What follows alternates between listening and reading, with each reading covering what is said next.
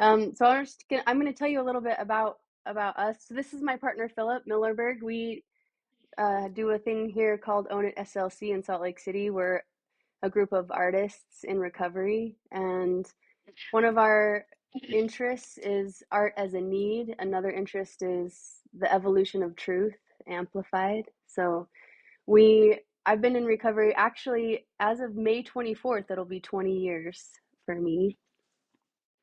And so Phil and I came together because we were kind of frustrated with um, the dogma and the lack of creativity in recovery circles.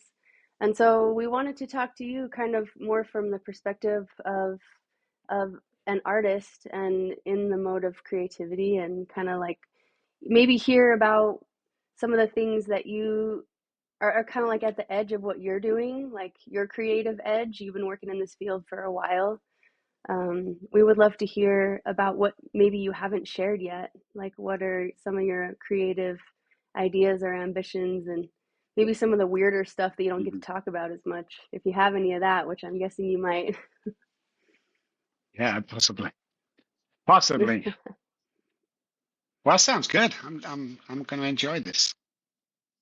Wonderful. So, do you still consider yourself an artist? I'll be a musician till the day I die. I have a music room at home. I have three guitars in my office.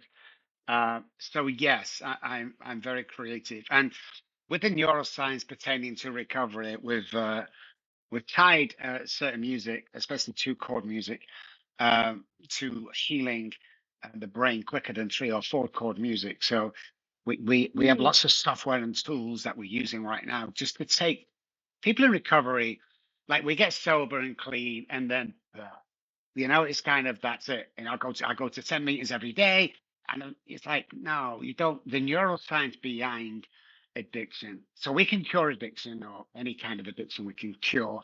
There's no cure for food poisoning because we've traced the imprinted cells back to fetus level. So it's a generational thing where the hypothalamus and basal Hmm. ganglia differ. So yeah, I mean, the vibration that we get to with music playing, like we have a 90 breathwork therapy software, which is basically music and voice and nine-dimensional subliminal message coming around you. So the music balances us to receive them subliminal messages. So yeah, I will Yes. always be a musician. In actual fact, Eminem texted me yesterday, and he's like, "Are you still in that guitar room?" I'm like, "God, I've not been in for about 3 months now, but well, I've got to get back in, man. Yeah, Got to you get do back got to in." get back in there.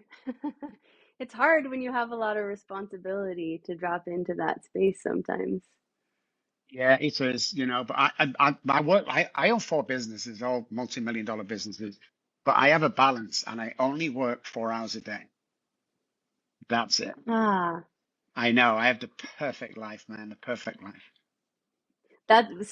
My kids, I have four children, and my kids make fun of me because if I work more than Mm. 4 hours, I'm like, oh my gosh, I worked all day. It was so Right? hard. Yeah. So tired. To my wife, I'm so tired. She's like, really?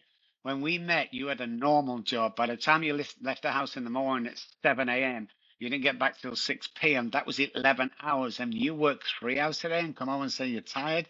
Get out of here. So, yeah, I'm reminded that I have a great life. Well, I bet those were very productive 3 hours, though. Yeah, I mean, I only take on personally three patients at any one time. So I deal with high profile patients, movie stars, and stuff like that. And then the rest of my staff, we have 5 locations around the world. They deal with, the other guys out there. But the four guys, three ideally, four at the most, need my attention kind of 24 hours a day. So Uh, yeah, it's very good. I come to work, I get a lot done, and I go home very satisfied. My aim every day is to save a life. So I've worked with over mm, 10,000 patients, and with my TV stuff and my books and all that, probably 10 million people I've touched, if not more. So that's the basis today. I bless someone monetary every time I leave the house. I compliment three people regarding what kind of day I'm having, and we're saving a life every day. And that's the only reason I do podcasts. We must turn, I bet we turn 50 podcasts down a day. And Courtney's job is to go out on the internet and search the people that are changing the world. and then try and get me on their podcast, which some are like, Ah, why did you want to come on mine? I've got 3 viewers. That's not, we're not, look, you'll never hear me, come and get my course, come and buy this. It's like, no, I got enough money, thank you. I've got enough patience. It's just, let's try and save a life today. And I live for I that. love it. Yeah, I understand. I understand that. So how does creativity play into that? I mean, you're doing a lot of stuff that I think many people are not doing. Like how did you find these methods, and how does that creative process help with like changing the way that people look at recovery and adding to your success? Now, I always look as alcoholism and addiction and childhood trauma, it strips us of our identity. I was born into a musical family. At the age of 9, I'm playing bass on stage professionally with my auntie and uncle. They used to play every Friday, Saturday, Sunday in the bars. It's also when I took my first drink at the age of 9 in Liverpool, England. And I struggled with alcoholism. Eventually, I lost everything, children, and ended up homeless. But I'm outside a liquor store at 5:30 a.m. It's snowing. I've got a vest on, a pair of shorts, and a pair of flip-flops, and I'm sweating profusely. The guy knows me. He opens the door. He lets me in, closes the door quickly because he's not allowed to serve alcohol till 10 a.m. I don't know what happened this day, but this was the game changer for me. I walked in, I was shaking, and oh God. And I knew personally, if I didn't get alcohol in my body or get to a hospital in the next 20 minutes, I'm dead. That's it, one or the other. He placed a bottle on the counter. I put the £10 on the counter, and this is what happened. Everything went. Headache stops, sweat stops, great mood. I looked at the bottle and I looked back at the guy. I looked back at the bottle and I went, holy shit, it's not the alcohol. So that's what got me into the creative society. So how far can we push this brain thing? What do we don't know about, can everybody create it? Yes, they can. Does anybody know that? No, they don't. So when we're creative in everything I do, we push boundaries. We're the leading authority in this industry, but also the guys that don't advertise. We're the guys, or I'm the guy that writes for Harvard University's McLean Hospital. We're pushing boundaries all the time. And I can make anything out of anything. So there's a guy around the corner from me, got the software for 9D about 6 months before I did, not done anything with it. We run a $1 million business on that. It's called the Breathbox Studios, the website. But to be creative for everything you have, there's more opportunities than you think. Like everything's happening today for us. Why are we worrying about yesterday and fretting over tomorrow? Because we can, the productivity of my brain centers in today. That's all we have. People, no, you have today. Everything, your life is today. Everything happens today. Why are you missing what's coming towards you like crazy? Why are you missing? So we wanted to get in depth of why. And today we know. And we can rebuild and reprogram people and get them back together and go out there and absolutely kill it, no matter what that is. And that's the way I've programmed myself. All the tools and software that I use, I've gone through it myself. We've tried and tested everything I'm going to talk about today because we don't have any peers. We are the peers. And and losing everything, when I was homeless, I was angry when I come off the streets. I was angry that nobody could tell me what I was suffering from.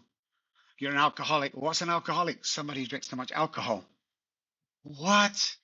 If you believe that for a second, alcohol has 1% to do with alcoholism and the same with every addiction. And it crushes who we really are. It really crushes who we really are. And I wanted to find out the truth. And ever since that, I've been shouting from the top of the mountains very loudly, sometimes very aggressively, is guys, we've got it wrong. Stop concentrating on the alcohol. Stop concentrating on the childhood trauma is the gateway drug. But stop concentrating. Get it fixed, uncover, discover, discard of that crap you're going through, get rid of it, and start learning it, leading and learning what you do next in life. And you must always lead every single day. Boom, baby.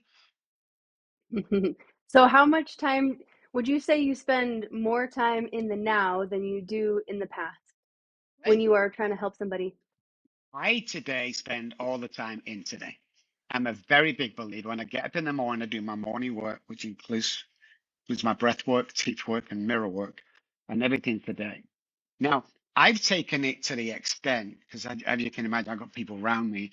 So I don't get my day until 8 p.m. tonight, where my assistant will send it over. This is what you have tomorrow.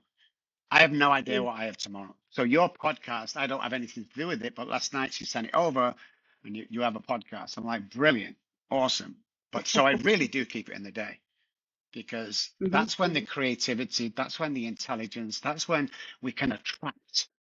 The problem with most people, though, especially musicians, is we attract what we think we are worth. So I'm literally working with this musician, uh, like he's huge, and I mean huge, Hall of Fame and all that. We're on the side of a stage waiting to go on. There's at least 60,000 people in this arena, and he's crying and he's shaking, and he can't go on because he doesn't think he's worthy, and people might laugh at him or not enjoy him. And this, I find this time and time and time and time again that this happens. It's like they find what they want to do, but when they're put in the spotlight to do it, they get all nervous and scared. Well, that's the past coming back and haunting them, and I was sick and tired of watching that. So I did something about it. So what happened with this person? How did that He went go? on he went on a course and killed it all in front of all the people. But every single time I get all these musicians and movie stars that when it's go, just before that, they get all nervous and, they're not prepared. So one of the things I love about, I don't go to church anymore, but I love about when you go to church and the praise band comes on and sings a couple of songs. Well, I was fascinated pertaining to the neuroscience behind this. And what we found was the praise band doesn't play a couple of songs so you can sing and dance. The praise band plays songs so it hits your level and balances. And once we start leveling it up, two or three songs will do it, then we're open, ready, spirits ready to receive the message from the pastor. That's when we're into the two chord songs as well. It's like we're missing out, guys. We're missing out on these amazing latest neuroscience techniques. And we're taking no notice because people are stuck in the same old groove that addiction's a curse and their life will be no good. Addiction is not a curse, it's a superpower, an absolute superpower. And we have the science to back it up. We have the experience. Everybody that works for me has to be a recovered alcoholic or addict or PTSD patient before we can go forward because I don't care. And I'm sliding off all over it, guys. I'm sorry, but I don't care if you've been to college for 100 years. If you haven't been through what I've been through when I need a drink, you have no idea how to talk to me. You have no idea what I would do. Like I'm talking to this therapist who's dying to be my therapist, but it's not an alcoholic addict, but been to school for 5 years on drug addiction counseling. And I explained to him, I said, here's the deal. You don't know what I think. Yes, I do. I've been to college. Okay, so you have a bottle of vodka behind your back and you won't give it to me. I have a knife. Do you understand that I'll stab you to death to get that bottle? Well, he was freaked out. Went to another, my therapist today is like an 80-year-old heroin addict. I said the same story. I stabbed his death. Said, no, you wouldn't. I'd stab you first because I'm going to drink that bottle. There's my girl. She's like 80 years old, but she gets it. She gets it. And with alcohol and drug and PTSD, and it stifles. It stifles us as human beings, so we can never invent anything. We could never learn instruments. It stifles us that this is your life and that's the way it is. And that is not true. Everybody I've worked with is fully 100% recovered from all the stuff they're going through and lead an amazing life. They get two lives in one lifetime. I'm not going to mess the second one up. So do you think that there is a connection between a highly creative person, an artistic person, and alcohol and drug addiction? Hmm. Oh, it's a great question. I want to report that question. Nobody's ever asked me that. So when we Oh, are good. creative, I know, when we are creative people, we open ourselves up psychologically and pertaining to neuroplasticity, open more than the normal person was. So this creative plane is open and more sensitive. We hear things different, alcohol and drug Mhm. users, you know. Um, So it opens us to emotions. It opens up to, try anything. I'll try anything. And then unfortunately, Mhm. people get stuck in the addiction world, but we're only stuck in the addiction world because the addictive personality, if we can change that personality and rewire, then you can go on and live this amazing life. So yeah, 100%, music, food, oxygen, they all lead to stifling us because the mind is more open. That's all it is. So there's billions of neural pathways in the head that die every single day. Sorry, there are billions of neural pathways, 300 die every day. What are we replacing them with? Well, if you're hanging around with a musical family, guess what? You're going to be musical. If you hang around with a musical family that has alcohol problems, guess what? So these things and measurement and learned behavior from parents take us through to a different level. But yeah, we've connected that, but then we've reversed that as well. Mhm. Because one of the things that we work with is at Own It is that very idea is that we there's a high percentage of people that we see in recovery who are very creative and I love that you use the word openness because I think openness, if it's not taken care of and if you don't have mentorship to help you know how to be open and what you're open to, then you're just open and things can come through. But we work with that, like helping that creative self be brave again. So, because for me, I was afraid to open to my artist because I was afraid that then I would also open to the chaos that brought me into addiction. And so I didn't feel like I could do that. And so we have helped over 100 at least I artists take the stage as a sober person, and that's what we're doing is we're basically sending the message that yes, you can be open and creative and sober and well, and you don't have to destroy yourself in order to be an artist. Percent. I've worked with two major artists that I can mention, Eminem and what's the other one I can mention? Eddie Van Halen. Both broken, Mm-hmm. both not reached their potential, although people think they are. Eminem wrote his recovery album, and I have permission, guys, listen to this, to say this. He wrote the recovery album in my living room while he was staying at my ranch for 3 months. We used to do inpatient, one person at a time. Mm-hmm. So definitely, I love musicians that get over it, walk on, and more creative. Because we put brakes on our imagination and ability when we're in the addiction mindset, and once that's taken away, and there's really no boundaries.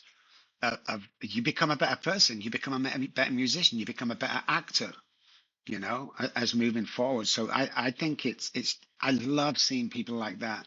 And I, I'm surrounded by musical instruments. I'm surrounded by music all my life. So when somebody gets over addiction and it goes on to be more productive, I love that because I understand how stifled they have been.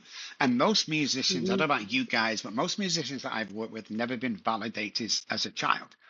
So if we're not that validated Mm-hmm. or approved when a child, then you're stifled. So say the bad stuff happens and you're not validated for that, nobody actually said it happened, it's swept under the carpet, then your emotions and part of it's kind of prefrontal cortex, stroke, subconscious, stroke, hypothalamus, again is stifled, and we're not as creative as we should be. Well, you can reverse that, of course. So I grew up with a musical family, so I'm musical. I grew up with on the project, so I'm very resourceful.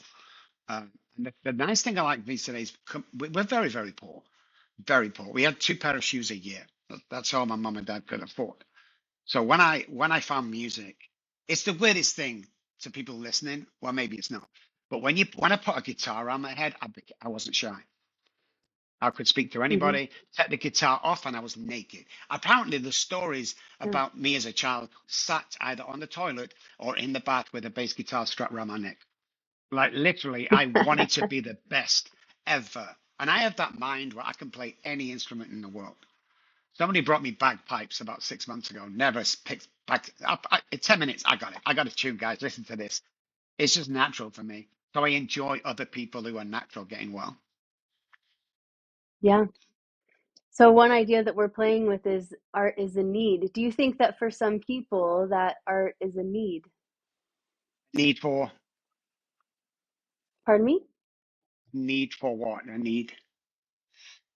just that art is a need. So in the same way that you like, for if you're going to be like whole and well, that for some art is actually a need for their expression or for their well-being. If that need isn't filled, then there'll be a void, and that void Mm-hmm. will take you back to addiction. So most people I work with are musicians. If we're not the best creative mind possible that day, then you will go back because we need all our dreams filling.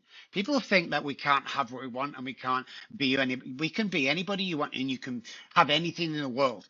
You can be as rich as you want. You can be as poor as you want. You can be famous. It's got nothing to do with this. It's all to do with this. And once you find your identity, most of the times it'll lead back to painting, anything like painting, artist, musician, actor. They all have this special niche. Now, if most of the people I've met, if they hadn't found their niche with acting or music, they would probably be dead because there's a Mm-hmm. void and neural pathways around it. So yeah, the reason why we learn a song and then we don't play guitar for 6 months and we can't remember the chordage is to do with the neural pathways connecting every time. So the more we do it, the more we connect. The more it connects, the happier we become. So we pull away from Mm-hmm. childhood trauma in doing it. So it's definitely a need. And that's what we do out. We have a huge music room in my house that all the patients play. Whether they can't play, it's a tambourine or a drumstick or something. It's like he brings the energy, brings the vibration higher than when you come in. Because even if you can't play a tambourine or whatever, the groove itself relaxes the body. And when the body's Mm-hmm. relaxed, you are open to receiving messages, either from spirit or from a teacher. And you're at that level where you're open. When people are open, magical things happen. But Yeah. 90% of people today are closed. If you ask them, they'd say, I'm not. You are. You've got to know about the neuroscience behind it. You are closed up and you're not living your best life, you know? And, Mm-hmm. and most of it, that pharmaceutical drugs are killing that industry. Don't even get me started on that. So once we get clear of that, I mean, look, let's be honest about pharmaceuticals. I get depressed. I say to my wife, Mrs. Wife, I'm depressed. Go and see the doctor. So I go to the doctor. While I'm speaking to the doctor, he's writing a prescription for medication for depression. He's not asking how your musical life is, how your training is, how your diet is, He's not asking any of that. He's just writing a prescription for something. So what that is, so we look at the medical dictionary in America, and depression has one word, or a couple of words: lack of serotonin. That's it. That's depression. That's all it is. So we get a false depression, a false serotonin that the doctor gives us. So our own serotonin depletes and depletes and depletes. Why aren't Mm-hmm. we asking the question, why my serotonin is low in the first place? But we don't do Right. that.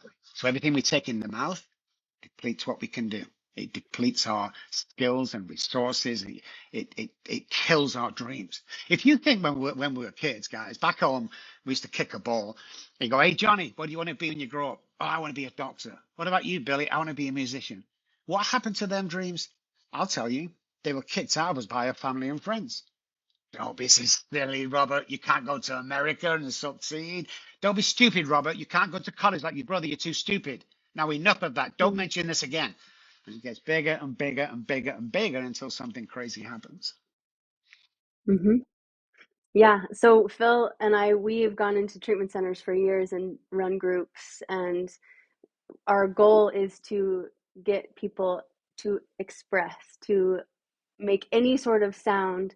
And it's amazing how often I see people and they are literally stuck inside of themselves. They're just like these Mhm. little balls on the couch. And so one of the things that we work with is getting the energy flowing, even if it's just a little bit. So we'll take a microphone and we'll take a speaker and we'll be like, just make any sound, just speak. And so I feel like that's an aspect of depression that I see is people literally stuck inside of themselves because they have no channel for expression. They don't even know how to get it from in here to out there. Yeah, we see that a lot. If you win the lottery or you get that job, what's the first thing we do? Jump up and down and dance. The first thing we do. Mm-hmm. The expression, the excitement we've lost that. We lost that back in the 40s, I think, or 50s. when we started, when the TV started, when the internet started, and we lose all that stuff. We can't be us because we're all injured in some kind of way through life today. And again, don't even get me started about the food industry. So we're blocked off completely from being ourselves. If you ask, if you go into a dance floor and you ask anybody to dance, they're going to dance. If you ever want to sit in the corner and be miserable, they'll do that as well. Dance is an expression. Painting is an expression of getting oneself out to the actual potential and percentage that you can actually be, and 90, 80, 70, 100%. And the more you push it and the more regular you do it, which basically goes back to the basal ganglia, which is our repetition, strength, and confirms. So even tapping a tambourine, the more it goes round, the more it becomes a working part of the mind. So even this is Yes. what I found, tapping the tambourine, they love it. They come back day after day after day, and that's all they can do. But the other stuff happening around them, it draws us in. Once we're drawn in to a kind of balancing music, very important music, we are open to other things. We are open to suggestions. Validate that tambourine with the music, and you're creating, absolutely creating an entrepreneur, head of industry, amazing guy, musician, whatever it is. You're creating that mind to accept all them things that are around us today that you don't see. Like everything's now, but we don't see it because there's too many screens open. It's like my wife, the computer's running slow. You have 37 windows open here. What the hell? We need to start closing the noise around us, and we need to start focusing on one song at a time, one dance at a time, one painting at a time. I often tell people, Hmm. the Dallas Cowboys, I love watching the Dallas Cowboys. So when I go home, Channel 4 locally is where I put the Dallas Cowboys on. Now, music's going, the hype's going before they come on. I'm getting into it, and then they come on, the game starts, and because the brain doesn't know the difference between truth and the false. So I'm like, yeah, come on, yeah. And referee, I think my brain thinks I'm there. My brain thinks I'm there. It's channel, I'm there. And then my daughter comes along, takes the remote control, starts flicking through all the channels. Then we've lost channel 4. We've lost our main focus. What I think music does is it takes the remote control back of your daughter and flicks it back into channel 4 because you become more focused. And when we become more focused, again, the vibration of the body in general is calmer and more teachable. Hmm. That's so funny. So I feel like you just answered a question that Phil and I actually asked in a previous podcast. Maybe you remember this, Phil. And the question was, why do guys lose their Mm. shit when they're watching sports? But you just answered it because they think that they're there. Yeah, isn't it crazy? Isn't it crazy? So Yes, yeah, I've it never it seen like some men. I've never seen them more passionate than when they're watching yes, sports, and I'm like, what is happening? Why are you yes, so passionately expressing right now when you never do any other time in your life? yeah.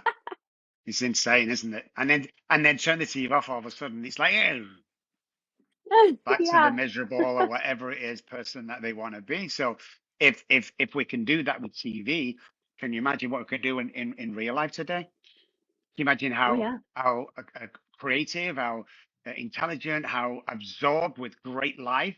And one of the things that is get rid of the negative people around you.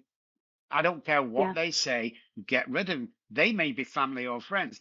Get rid of them. Because I'm telling you, one, with most brains, it's gone through childhood trauma, and everybody's gone through childhood trauma, whether you know it or not. If I speak in front of 100 people, 99 people says it was amazing, and one person says that I wasn't, have a guess who I'm concentrating on. You see, the Hmm. subconscious mind is scanning.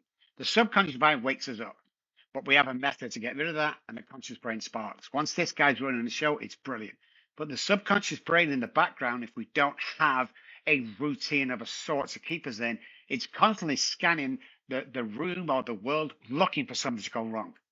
Looking, and that's where, we get all excited about a job offer, and last minute we self-sabotage on it because the subconscious brain is running that day. The subconscious brain does not like being creative. The subconscious brain does not want you to win. The subconscious brain wants to isolate you. The subconscious brain wants to take the phone, the curtains, and sit in that apartment until it kills you. And we can reverse Why, that. We can why, kill that why would you say the subconscious brain is programmed that way? because of the childhood trauma. Because you're never good enough. You're never tall enough. My father never I mean, I was a bodybuilder back in my day and a fighter. And the trophies I brought home to my house, my father never said, great job, Mm, never said anything like that. So my subconscious mind, everything we see, hear, feel, touch from birth is stored there. We don't forget a single thing, but it is sat in the subconscious. So if you're in a room and you're happy, and you give me a happy memory. Oh, da da da. Give me a bad memory. Oh, let me think. That means we're coming from the conscious brain. Most people I work with give me a good memory. Give me a bad one. Well, the straight in because the uh, subconscious brain is the bad guy, and that wants our attention all the time. But it doesn't get it with this program that we work here. It doesn't get it. The other stuff comes out, and we don't listen to that stuff. I've just lost 157 pounds over the last mm, 18 months, and somebody, so-called friend, came in the reception. There's a few people there. Went, "Hey, Rob, so you're putting weight on?" No, I'm just joking, man. I'm joking. He's gone. I don't need that in my life. I don't need him attracting my subconscious brain to kill me. I need mm. positive people around me. Do you think it's possible for that to be fully healed or changed, or do you think that that stays always? The thing is with neural pathways is they are built to last. Okay, so we create ourselves. So let's say this is a neural pathway to misery, to addiction. That neural pathway is always going to be there. We're born with it. What we Mm, do is surround ourselves with other neural pathways that are sparking every day. So this guy here doesn't stand a chance. But once we start get out of that routine, once we start doing things that are not good for society or myself, they stop working and this guy comes back. mm, So the split between the neural pathways when we think of anything is a bit like this. There's a V in our neural pathways very, very quickly. With time, 7.3 seconds to the choice that you get. When we're in addiction, our choice is taken over. The hypothalamus, who tells everybody to drink water and eat food to survive, hijacks the brain with the alcoholic, that's why it's the disease, and convinces the brain to drink alcohol to survive. When the survival part of our brain is telling us to drink alcohol, that's what we do. But we still have, when we recover, we have a choice. God gives us choices back. And that choice is ours. We can go down the self-sabotage or we start creating new, it's like a freeway, new freeways, millions and millions of them for choice. This guy, it's like a freeway. This guy, the less it's worn, if it's a freeway, it gets like bricks on it, moss on it, until eventually it kind of becomes untravelable. So this great guy's winning all the time, but it's still there. Like if you get lost going this way, this one will come back in again and it self sabotage, you go right back to the beginning. If you're lucky, you don't die. And most people do. So it's being aware of that 7.3 seconds. If I'm on the couch tonight with my wife, I got a big bag of chips, which I don't eat, and a big bag of Coke, which I don't drink. I turn around, I see Arnold Schwarzenegger or something, doing something in a movie, and I go, "Hey, I think I'm going to the gym tomorrow." I ain't going to the gym tomorrow. I know it. She knows it. Even the dogs are going, "I don't think so, Ron. I don't think." The cat even goes, "I'm not going." But in that 7.3 second time frame, if I get up off the couch, I get my sneakers and into my bag, I put the bag near the door and I'm going to walk out in the morning, there's a good chance. So right. the moral of that story is if you get a thought pattern as a creative person, you have to act on that. Don't sit there Hmm. and worry and well, I'm not too sure. Once you start romancing the opposite, you will never do that. So if you want to be a musician, if you want to be a painter, if you want to, be the best musician in the world, get a record, you've got to step forward it straight away, and then things start to happen. And that's when the basal ganglia kicks in. Is the more we do it, easier it becomes. So that thought Hmm. pattern. Remember, the brain does no difference between a truth and a false. So it's like driving a car. When we first drive, it's hard. We've got to concentrate. After 3 months, reversing down the driveway, talking to mom, waving to the wife, and listening to music all at the same time. Because once it goes round, it becomes a working part of the mind. Once it becomes a working part of the mind, it's really difficult to rechange that if you don't know what you're doing. Hmm. So on your website, I saw the language recovered alcoholic. So, which I would agree with. I mean, so do you think that those unconscious patterns can become conscious such that we have more choice? Is that, I mean, is that Alien part of what it percent. means to be recovered? Well, where do we get recovered from pertaining to alcoholism and addiction? We get it from the big book of Alcoholics Anonymous. So we go Yeah. there, big write on the front page, the first leaf, Alcoholics Anonymous. Underneath it, in smaller writing, the story of how many hundreds of men and women have recovered. So let's look at the word recovered, because we all think, we'll never be cured. It's a totally different word. So the guys that started the Oxford group, the reason why they called it Oxford is because 8 out of the 10 went to Oxford University like me. So the Hmm. words are from English dictionary. So when you look up recovered, it means to gain one's health and state of mind. Well, Hmm. state of mind, I've been restored to sanity and I'm not drinking anything or eating anything that's bad. So my body is absolutely amazing. So I've recovered from. See, the big book is amazing and 12-step meetings are amazing. But they get step one wrong every single time. They convince themselves that we're all powerless over alcohol. Nowhere in the big book does it say that. Or I could choose a God of my own understanding. Never says that. Let's break down what step one says. We admitted we were. I ain't powerless over alcohol. I passed 3 liquor stores on the way here this morning, never stopped at one. It's a past tense word, so recovered in front of alcoholic gives you sense that you no longer suffer from that illness. I don't identify as alcoholic or addict anymore. I haven't done for about 3 years. Why do I keep tagging myself with something that I'm not anymore? Does that make Mm. sense? Oh yeah. Yeah, it does make sense. Once an So alcoholic, always how an would alcoholic. It's not. They don't mean that. They mean the traits. That's what they meant, not the person. We have to change the traits, otherwise we'll fall back into that routine again of self-sabotage. And the quickest way I know to self-sabotage is to drink. so how would you identify, do you identify yourself with any other word besides alcoholic? Oh, Like Dr. Robb Kelly, that's what I identify, and that's what everybody knows me at. The rest are de minimis when you think about it. Now, don't get me wrong, the stuff, the homelessness, the loss of children, all that stuff, the dying twice on the streets, all that stuff is my greatest asset going forward when I'm telling people. That's when these degrees behind me are worthless. So I love the experience that I had, like a semester at Harvard University for me personally.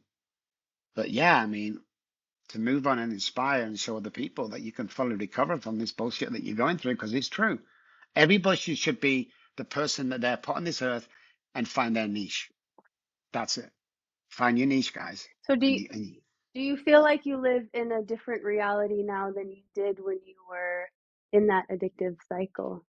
Well, the addictive cycle, my world was this big. It was me in a bottle. Hmm. That's all I had room for, no matter what you did. That's all my world was. Today, it's not about the alcohol, so my mind is free, my spirit is free, and the whole world is opened up to me.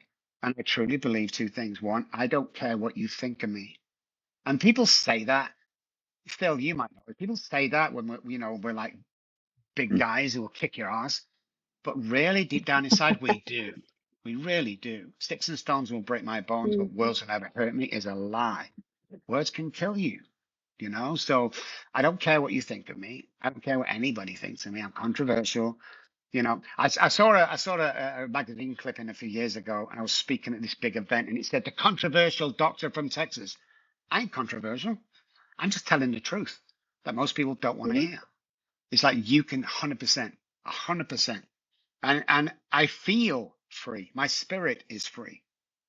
Now, I live in millions of dollars houses. I drive $500,000 cars. I wear stupid watches and stuff like that. But here's the deal. 25% is given back to charity every single year. And me and my wife give $150,000 back every year to people in need. Like, you don't have to be alcoholic. You can be down, lost your children. We'll help you get your children back. And it's that balance of staying in that Yeah, world for me that works for me and other people around me. yeah, I understand that very much.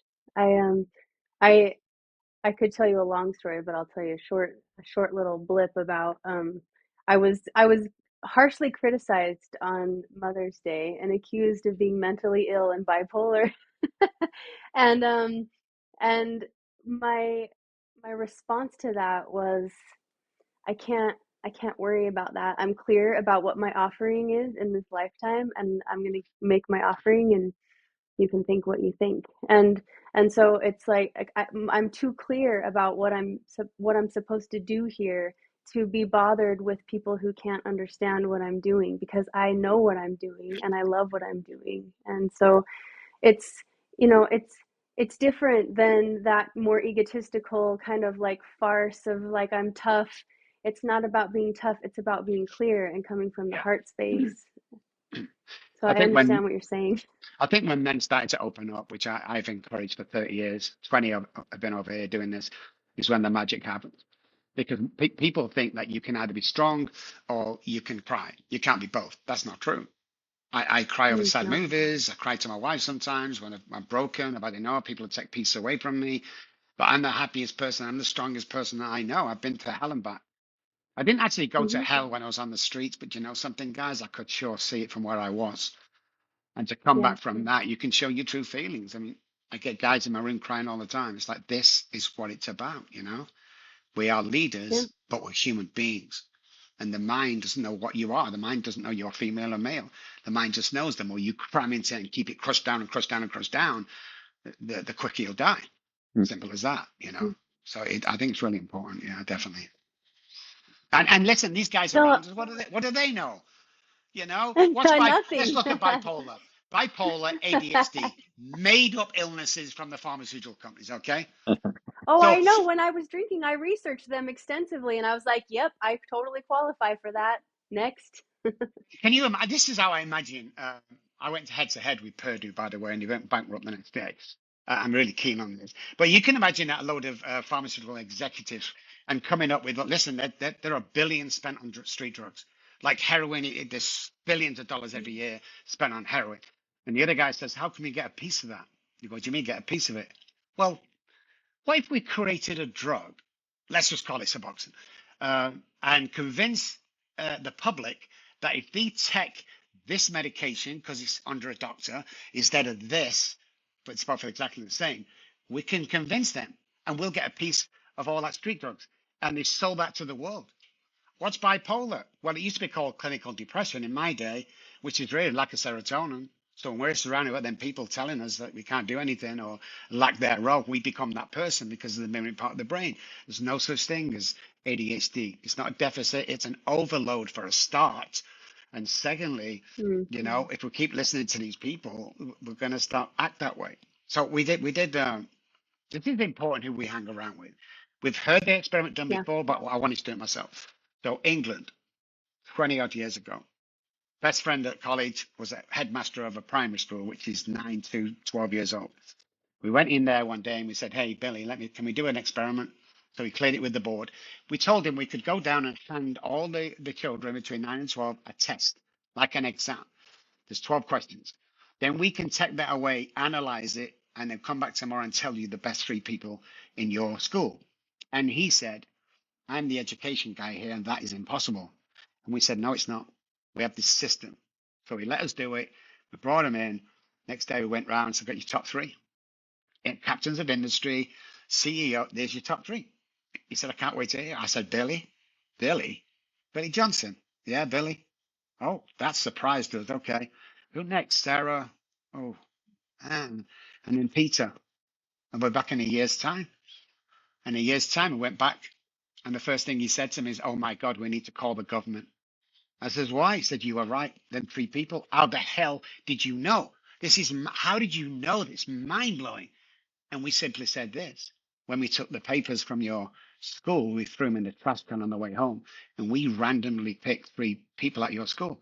And because we told you they were genius, so you treated them as genius, so they become geniuses. So people around us Hmm. tell us we can't do shit. What do they know? I have an answer for that. Says who? Can't go to America and says who? Can't do this, says who? I don't surround myself with anybody that negatively says anything to me. Because if one thing I've found on my journey is nobody, and I mean nobody, who's doing as good as you or better in life will ever criticize what you're doing. It's all the guys sat in the parents' bedroom in the bought mattress in the basement, 35 years old, two failed Mm, marriages, never see the kids, that want to argue with me about neuroplasticity. It's laughable. But I used to listen hmm. to them guys, Sarah. I used to listen to them guys. Who do I think I am? I know. Not anymore. Not anymore. I smile at them today.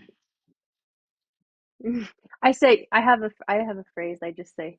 God bless Mm. them, and then they're Yeah, off, that's it. off doing what. God bless them. Phil, I Artists, would love to hear. musicians, I and would stuff love to like hear that. your Sorry. thoughts, Phil. Like, no worries, no worries. I just want to invite Phil in here because I know he's been listening, and I'm curious what you're learning or what your question might be if you have Um, one. I often, when I get around super intelligent and fast-minded people, I feel a little inadequate because my processing is a lot slower. I don't think I'm less intelligent necessarily. You two can like, and I'm like, this is fascinating. This is fascinating. How do they do that? How do they come up with all this shit? But yeah, I really dig like everything that's been said. I mean, I had my doubts kind of coming in about, kind of a new way to approach recovery, and because a lot of the work I do is in recovery, and a lot of the work we do is on SLC is trying to,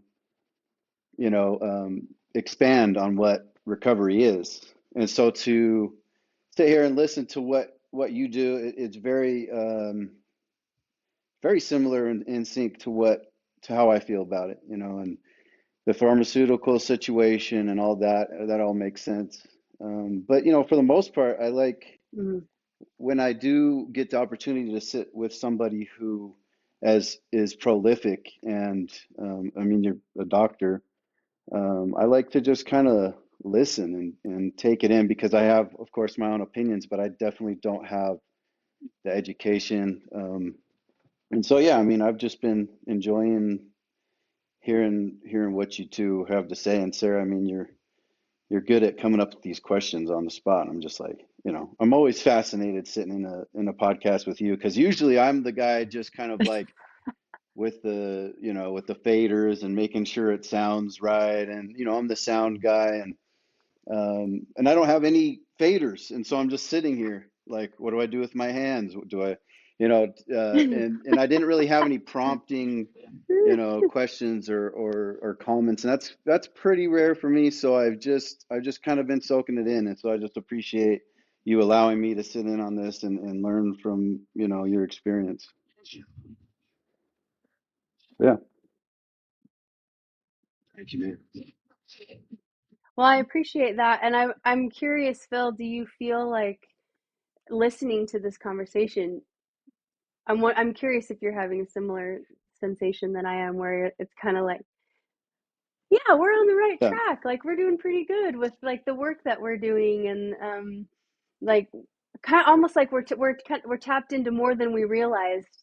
And I wouldn't minimize your lived experience and my lived experience and what we have seen happen with the artists that we have worked with. I mean, think about the artists that have been on the Own It stage and like what they're doing now. Like you Right. think about like Saquon, and think about like Danielle, like there are people, and Menace, there are people that we've worked with where like their first, after their first like big expression on stage, they went on to do the stuff that they wanted to do, and it started there. So I know that you may not have like the technical education, but I think that what you're alluding to really taps into this lived experience, the value of it, and like the value of the intuition and the creative force that is within us, that doesn't have, that actually the colleges and universities and like authorities that want to lay claim to our intellect and our creative power, they actually don't have the authority. We have the authority to access that, and you're doing that. So Yeah. I Are you love talking it. to me? Um, I Yeah. think I think Yes, I'm talking there's, to you. part of what I said is like trying to stay in the humility of, because I can go off and be a crusader and all that stuff, just like I'm sure both of you can do. Um, but I really feel like we are in No, sync with never. what Dr. Kelly is talking about. I think it's like the rhythms, the way you spoke about how music can kind of, to me, what I heard is, music calibrates us. And it definitely, as an audio engineer, as a rap Mm, artist, as a show, an event producer. Like I mean, that's what we're creating is a vibe when we create a show, when we bring in the sound and we bring in the lights Yeah. and we bring in and we practice and we rehearse, like we're creating a vibe and people, the synergy that's created on stage between, the performer and the listener is profound. And then we get to take that and we get to create podcasts, we get to go out and we get into recording studios and that just reverberates out. And so, I very much think that what's happening today is in line with what we're doing, and it's just it's a movement. Recovery is sound, recovery is music, recovery is it's a need. I definitely agree that it's a need, especially for me. So yeah, we're doing big things. The doctor here is doing big things, and I Awesome. think we're talking today for a reason. I think that, helping people is what we want to do, and I like to make music and shit, so put them together. Nice. I love it. I love to see this complementary thing going on. I am so inspired when I see and meet aligned human beings that are, even though we've never met, there is an alignment, and we're helping, we're of service. And um, I was talking with my friend and telling her, I've been as of May 24th, 20 years in recovery, and what's more remarkable to me is not so much that I've been sober for 20 years, which I'm so grateful not to drink anymore, but I'm more grateful to have been of service for 20 years. I'm so grateful to have been of service to my people who I care about for 20 years. And so, Dr. Robb, I'm so happy to meet you and talk to you. It's been like a long time coming. I'm curious, is there anything that you want to kind of leave us with, or anything that's like on the cusp for you? Any creative edge that you're working with right now that you want to say anything about? My book is being looked at for a movie. I know that, so that's cool. But goes back to the rhythm. What's the first thing we do when we're born? What's the first thing the doctor looks for? He looks for a heartbeat. That's the rhythm of Hmm. life. If you've ever been backing Yeah. vocals with a singer and you hit that perfect harmony, it just like, oh, you can Hmm. feel it, in your I body. have chills right now. That's Yeah. how life is supposed to be. We need to build on that rhythm. We need to build on that harmony to make sure. And I think by what you guys do is amazing. And secondly, this podcast is probably one of the best I've been on, and I've done thousands and thousands and thousands of podcasts, because some of the questions you asked, Sarah, is mind blowing. When you asked that, I don't know what it was. It's like Hmm. it took my breath away. And Philip, it's just you could just tell you're a badass. And I Hmm. don't go off my education. College degrees are not worth shit today. The ROI on the college degree is nothing. It's our experience that counts. See, people don't Yeah. come and ask me about math or ask me about, you went to school for geography. No, people ask me, I'm in this place. Have you been there? Can you get me out? Yeah. Can you make me happy? Yeah. Yeah. Why? I always say this, it plays it down a little bit. I know more than you guys do because I'm old. I'm older than you guys. That's all it is. I'm not no smarter than you guys. I'm 64. Shit. I should know stuff like this at my age and pass it on. But I'll leave the guys with this. Right. It's really important that we compliment people and be nice to each other. You never know what you're going through. So this guy walks to the Golden Gate Bridge one day and throws himself off, commits suicide. When the police pull him out of the water, they find his ID, so they go back to the apartment looking for next of kin. What they found was a note on his kitchen table, and it read, "I'm going to walk to the Golden Gate Bridge," which was an hour's walk, by the way. "I'm going to throw myself off, commit suicide, unless on the way there, somebody smiles, somebody nods, says good morning. In that case, I'll stop, I'll turn around, I'll come back, and I'll try again tomorrow." So the question is, how many people have you walked past today that's heading to the Golden Gate Bridge? Hmm. I just don't know. Be kind to each other, guys. You never know what anybody's going through. Three things I always go for: be kind to yourself, compliment three people, stop giving a shit what people think about you, and your life will explode overnight. Hmm. Love it. Cool. Well, thank you for complimenting us with your time and your stories and your insights. It's been so delightful to actually be in person, or as in person as we can possibly be, with you being in Texas and us being in Utah. And we're just going to keep doing what we're doing, and I trust that you will too. And we'll just keep loving those Hmm. creative humans. Beautiful. I love it. Thank you. Well, first of all, thank you guys for allowing me on. You two guys are fascinating. If there's anything I can do for you moving forward, please don't hesitate to ask.